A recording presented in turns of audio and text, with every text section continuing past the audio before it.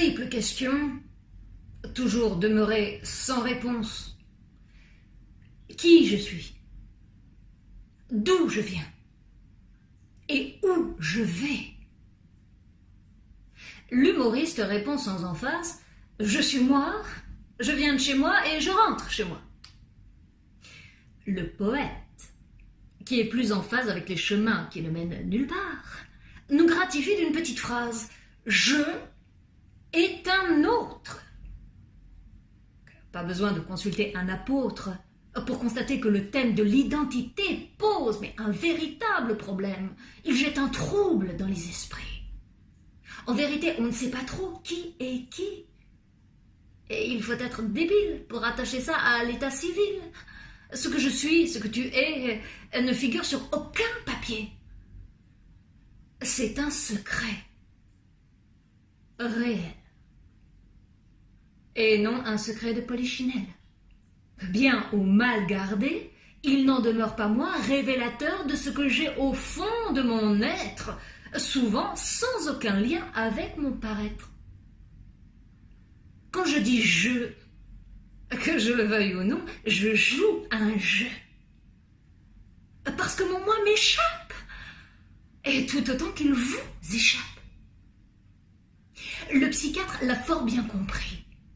Le moi n'est pas le maître chez soi. Comment voulez-vous que je vous dise qui je suis, puisque je le découvre au fur et à mesure, en même temps que vous, avec tout de même une infime petite avance qui relève de l'intime. Mais je me découvre au fur et à mesure, et toujours en rupture avec moi-même, d'où mes blessures narcissiques. Le moi est rarement content de soi. Parce que j'ai beau dire « je », ce n'est pas moi qui fais la loi. Elle est inscrite en moi, dans mon disque dur, dans ma mémoire qui couvre mon passé, mon présent et mes projections. Je suis une mémoire qui ignore tout ce qu'elle a en mémoire. Ses enregistrements conscients, ses enregistrements inconscients. Quand je me regarde dans un miroir, je ne vois pas ce que j'ai dans le tiroir. Surtout lorsque ce tiroir ne s'ouvre pas ou ne veut pas s'ouvrir. Donc je me retrouve dans le noir à chercher l'interrupteur ou le compteur pour allumer. C'est là que j'entends une voix me murmurer: « Pas la peine d'essayer. C'est une coupure générale. » Ouh, calme.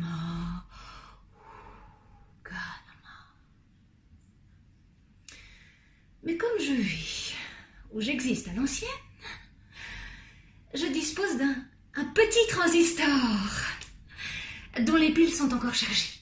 J'écoute les infos. Et la dernière m'apprend qu'il y a eu une plainte déposée contre le très vieux Giscard pour agression sexuelle. Oh ben, comme quoi, le destin vous réserve parfois quelques vilaines surprises. Et aussi paradoxal que cela puisse paraître aux féministes de la première heure, ce n'est pas à la victime que je me suis identifiée, mais au présumé coupable. Parce qu'il pose le véritable problème de l'identité insaisissable, indiscernable et inimitable. En psychiatrie, c'est une véritable maladie.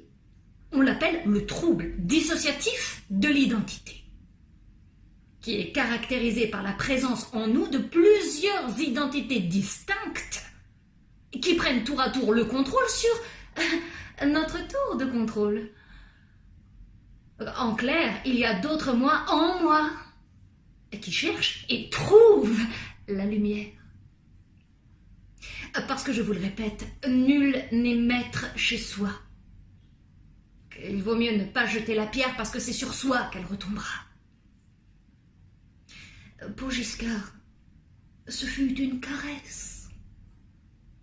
Pour Destin, c'était une main aux fesses.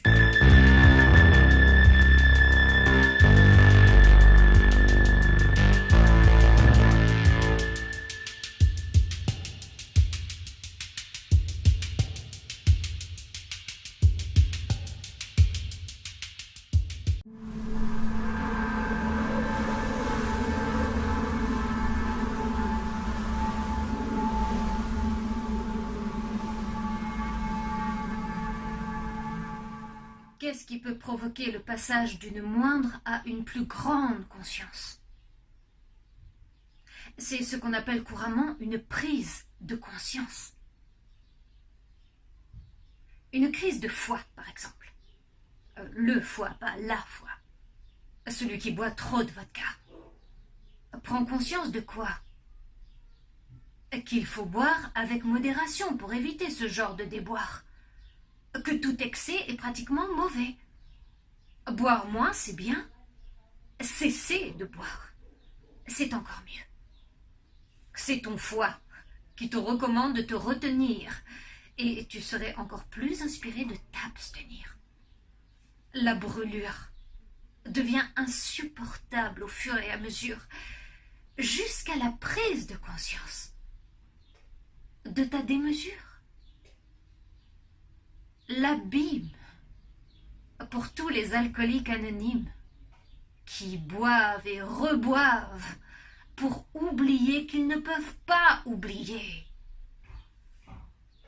leur mauvaise conscience. Un deuxième exemple pour décrire ce passage d'une moindre conscience à une grande conscience. La crise de confiance de celui qui surprend son conjoint en train de s'envoyer en l'air avec la bonne à tout faire. Le plus amer dans ce genre de prise de conscience, c'est qu'on ne peut pas revenir en arrière. Et encore moins aller de l'avant. Entre mon conjoint et moi, il y a désormais une barrière infranchissable. Une douleur insoutenable. Et la prise de conscience d'une faute irréparable. Crime de haute trahison. C'est encore pire qu'un poison parce qu'on va devoir vivre avec pendant et après la séparation. Que je ne sais plus à quel sein me vouer ou me dévouer. Ce n'est pas seulement mon homme que je désavoue, mais à travers lui, tout homme. Méfiance. Je ne peux plus avoir confiance, ni faire confiance à personne. Je me suis trompée. Avant qu'il ne me trompe. Je me suis trompée en le choisissant, en lui accordant ma confiance, en lui promettant l'éternité. J'ai été légère. Et voilà que je découvre tous les écueils de la légèreté. Que je m'en veux, plutôt 2 fois qu'une, je m'en veux de l'avoir voulu, je m'en veux de lui en vouloir. Un troisième exemple, pour bien capter ce passage d'une moindre à une plus grande conscience, la crise de conscience. C'est celle qui me renvoie ma propre insuffisance, mon incapacité à accéder à l'essence des choses, à l'essentiel. Et même en sachant qui je suis, d'où je viens et où je vais, je ne suis pas très avancée. En fait, j'ai l'impression que mon chemin ne mène nulle part, que tout ce que j'entreprends ne me fournit aucune véritable prise sur le réel. Je me dis que tout est vain, il n'y a pas plus grande vanité que d'en être conscient. Crise de conscience ou bien conscience d'une crise qui bouleverse et ébranle toute conscience. Si tout se vaut, c'est parce que rien ne vaut. C'est ce qui va m'inciter à chercher peu à peu une valeur supérieure. Pour me débarrasser de toute laideur, de toute aigreur. Une valeur qui transcende toutes les valeurs. Alors existe-t-elle? Parce que moi, je ne peux pas exister sans elle. Comment elle s'appelle? Qui est-elle? Je vais vous mettre sur la voie, sans outrepasser mon droit de divulguer le secret du ciel. Parce qu'il est plus que difficile d'y accéder. La porte est très étroite. Il s'agit d'un passage à niveau, qui n'est donc accessible qu'à ceux qui savent se conduire. Un passage de la moindre à la plus grande quantité d'êtres, qui vous donne envie de faire le plein, ou mieux encore, c'est un passage de la moindre à la plus grande qualité d'être, qui vous donne envie de vous nettoyer de la tête aux pieds. Je dirais même davantage. C'est le passage d'une moindre à une plus grande perfection. Et il ne tient qu'à vous, qu'à moi, de croire que la perfection est à la portée de celui qui y croit, fermement et définitivement. Et malgré toutes nos imperfections, nous finissons tôt ou tard par apprendre que nous sommes faits pour forcer le passage, pour tendre et prétendre à l'être parfait. Que fin de la crise, pour celui qui a compris que toute crise est une crise de foi. La foi, pas le foi. Crise de foi, de croyance ou d'intelligence.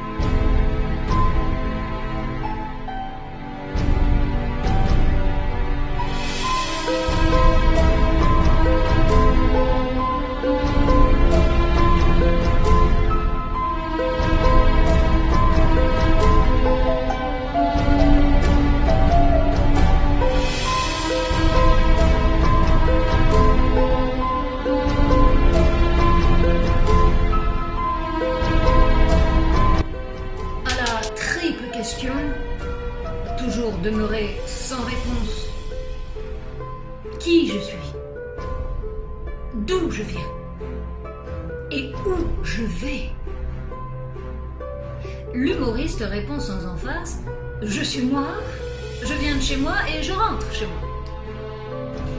Le poète, qui est plus en phase avec les chemins qui ne mènent nulle part, nous gratifie d'une petite phrase: je est un autre.